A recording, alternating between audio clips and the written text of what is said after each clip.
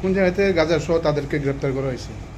হ্যাঁ, গতকালকে আমরা একটা গোপন খবরের ভিত্তিতে জিরানিয়া রেল স্টেশনে তিনজন মহিলা এবং একজন পুরুষকে আটক করা হয় এবং সে সঙ্গে জিরানিয়া থানা এবং বিএসএফেরও সহযোগিতা নেওয়া হয়েছে। তো আমরা যথারীতি আমাদের জিআরপি থানাতে এই নিয়ে একটা এনডিপিএস দ্বারায় মামলা হয়েছে। তো তাদের নাম একজন মহিলা, ওনার নাম সবিতা পাল, বাড়ি গৌতমনগর 2 নম্বর, যা বিশালগড় থানার আন্ডারে। আরেকজন হলেন শ্রীমতী রিঙ্কু নমো, যা সূর্যমণিনগর আমতলী থানার আন্ডারে। এবং তৃতীয় যিনি হলেন শ্রীমতী মমতা শীল, ওনার বাড়ি গনিয়ামারা বিশালগড় থানার আন্ডারে। আর একজন মিঠুন চক্রবর্তী, একজন ছেলে, ওনার বাড়ি শিলচর আসাম রাজ্যে। তো তাদের কাছ থেকে মোট 3টা ট্রলির মধ্যে 47 কেজি 100 গ্রাম গাঁজা বাজেয়াপ্ত করা হয়েছে।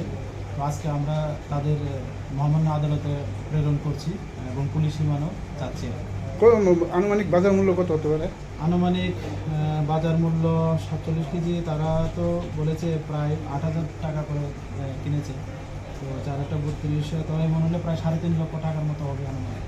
এই গাঁজাগুলি কোন জায়গায় নিয়ে যাওয়ার জন্য তারা তো বলছে যে এগুলি তেলিয়ামুড়া নিয়ে যাবে, কিন্তু আমরা তাদের যে কাছ থেকে যে মোবাইল পাওয়া গেছে, ওই মোবাইলে তাদের যে পিএনএর যে রেলের যে টিকিট দেখলাম, ওটা শিলচর পর্যন্ত তারা।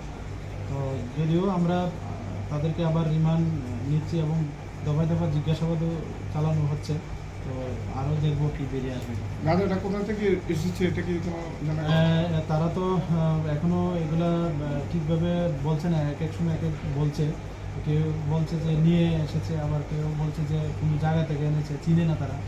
তো আমরা এগুলিও দেখছি, খতিয়ে দেখছি। তাদের মোবাইল আমরা পেয়েছি এবং এগুলি ট্র্যাক করে নিশ্চয়ই আমরা নির্দিষ্ট জায়গাতে পৌঁছতে পারি।